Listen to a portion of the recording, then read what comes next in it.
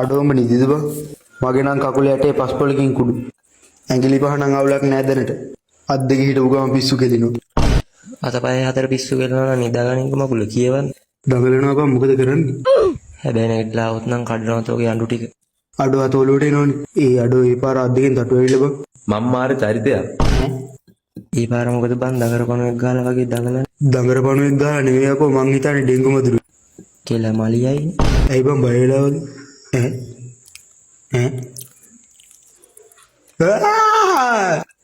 අඩෝමට dengue හැදිලා බං. තොට දෙංගු නීච වෙලා. හෙලෝ 9910. මේ පුතේ මාව මරන්න එපා. ඒ ලොක්ක බය වෙලා ඉන්නේ මොකක් හරි කරපන්. මම මොනා කරන්නද? ලලා මල මගුලේ ලොක්ක වැටුණා. මං හිතන්නේ ලොක්ක වලගජ්ජ ගැහුවා. වරෙන් පැන ගන්න මං ජනේලේ අරින්නම්. යකෝ ඇයි ජනේලෙට ඇරියේ? උඹ ඕන මගුලක් කරගෙන මං පයින්නා මෙතනින්. ඉඳපන් බං මාත් එනවා. බුදු අම්මෝ